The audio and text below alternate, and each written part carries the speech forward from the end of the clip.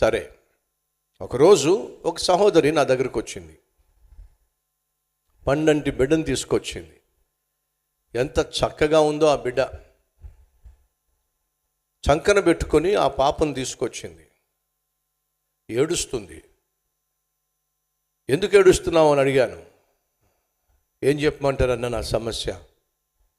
ఏమిటమ్మా నీ సమస్య? ఈ పిల్లను చూడండి అన్న, ఎంత చక్కగా ఉందో. అవును, చాలా చక్కగా ఉంది. సమస్య ఏమిటి? ప్రేమించి పెళ్లి చేసుకున్నానన్నా, ప్రాణం ఇస్తానన్నాడన్నా, కాబట్టి పెళ్లి చేసుకున్నాను. పిల్లను కన్నాడన్నా. ఏమంటున్నాడో తెలుసా? ఈ పిల్ల నాకు పుట్టింది కాదు అంటున్నాడన్నా. ఇప్పుడు ఈ పిల్ల తనకే పుట్టింది అని చెప్పి నేను ఎలా నిరూపించాలన్నా? భయంకరమైన నింద నా మీద వేశాడు. ఏమిటి అనంటే, ఈ పిల్ల నాకు పుట్టలేదు అని ఖచ్చితంగా చెప్పేస్తున్నాడన్నా. అదేంటయ్య అలా మాట్లాడతావు?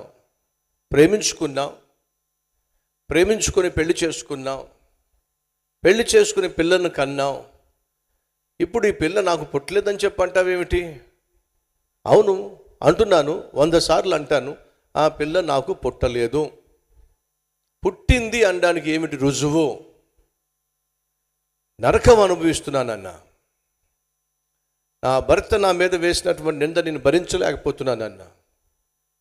ఎవరికీ చెప్పుకోలేకపోతున్నానన్నా. తల్లడిల్లిపోతున్నానన్నా. ఒకవైపు ఆ బిడ్డను నేను పోషించుకోవాల్సి వస్తుంది. ఒక్క పైసా ఇంట్లో ఇవ్వడం లేదన్నా. ఫలితంగా నేను ఉద్యోగం చేయాల్సి వస్తుంది. ఈ పసిపిల్లను చంకన పెట్టుకుని ఉద్యోగానికి ఎలా వెళ్ళాలి? ఎలా ఉద్యోగం చేయాలి? తల్లడిల్లిపోతున్నానన్నా. అప్పుడు ఒక మాట అన్నాను, అమ్మా, నీకున్న సమస్య అది ఏ సమస్య అయినా ఆ సమస్యను మొట్టమొదటిగా అర్థం చేసుకునేవాళ్ళు, ఆదరించేవాళ్ళు నీకు జన్మనిచ్చిన అమ్మ నాన్న.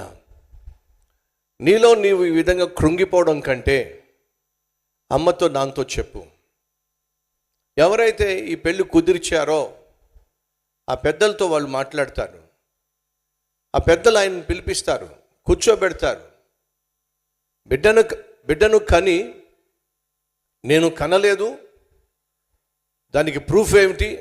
నేనే కన్నానని చెప్పి ప్రూఫ్ ఏమిటి అని చెప్పి ఇంత దారుణంగా మాట్లాడుతూ నిన్ను మానసిక వ్యధకు గురి చేస్తున్నటువంటి భర్తలకు వాళ్ళు కాస్త గడ్డి పెడతారు.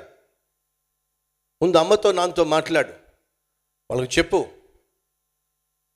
మొదటిగా వాళ్ళు నిన్ను అర్థం చేసుకుంటారు, ఆదరిస్తారు, అండగా నిలబడతారు.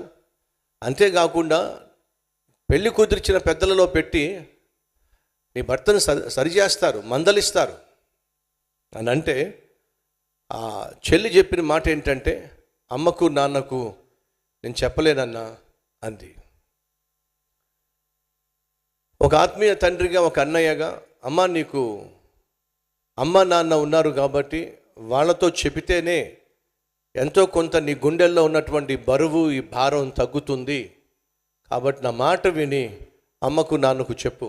మళ్ళా చెప్పింది, సారీ అన్న, మా అమ్మకు మా నాన్నకు ఈ విషయం నేను చెప్పలేను. ఎందుకు చెప్పలేవు? నాకు పెళ్ళైన విషయం వాళ్ళకు తెలియదన్నా. నాకు పెళ్ళైన విషయం వాళ్లకు తెలియదన్నా. నేను ప్రెగ్నెంట్ అయిన విషయం కూడా వాళ్లకు తెలియదన్నా.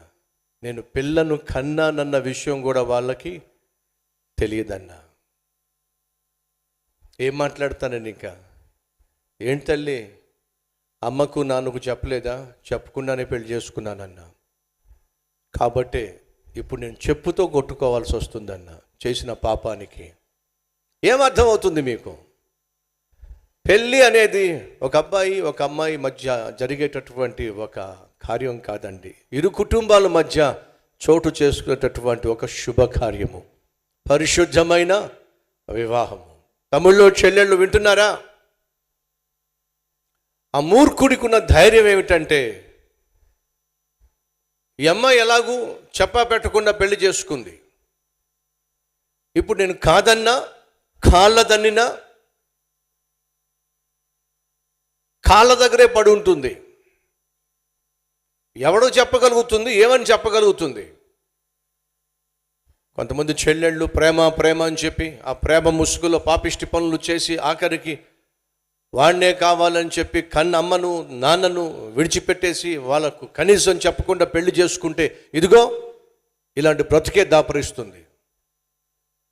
వాడికి తీసుకెళ్ళి నీ పిలకనిస్తున్నావు, వాడేమో ఆటలాడతాడు. నీ వెనక ఎవరూ లేరని, అడిగేవాళ్ళు లేరని, ఎవరికి చెప్పకుండా నువ్వు పెళ్లి చేసుకున్నావని, దానిని బట్టి ఎంతో కొంత అమ్మకు నాన్నకు మనసులో వేదన ఉందని, ఇప్పుడు నీ కుటుంబంలో సమస్య వస్తే నువ్వు నీ ఇష్టం ప్రకారం పెళ్లి చేసుకున్నావు కాబట్టి నీ చావు నువ్వు చావో అంటారని వాడికి తెలుసు కాబట్టి తోలుబొమ్మలు ఆటలాడిస్తాడు. చెల్లెళ్ళు తొందరపడి అమ్మ నాన్నకు చెప్పకుండా పెళ్లి చేసుకోకండి. తమ్ముళ్ళు తొందరపడి అమ్మ నాన్నకు చెప్పకుండా పెళ్లి చేసుకోకండి. కని పెంచి పెద్ద చేసి రెక్కలు ముక్కలు చేసుకొని మిమ్మల్ని చదివించి ప్రయోజకులను చేసి ఒక ఇంటివాడిని చేయాలి, ఒక చక్కని అమ్మాయి అబ్బాయిని జీవితంలో భాగస్వామిగా రావాలి అని కలలు కంటున్న అమ్మకు నాన్నకు చెప్పకుండా ఏమిటి రహస్య పెళ్ళిళ్ళు, పనికి మాలిన పెళ్ళిళ్ళు.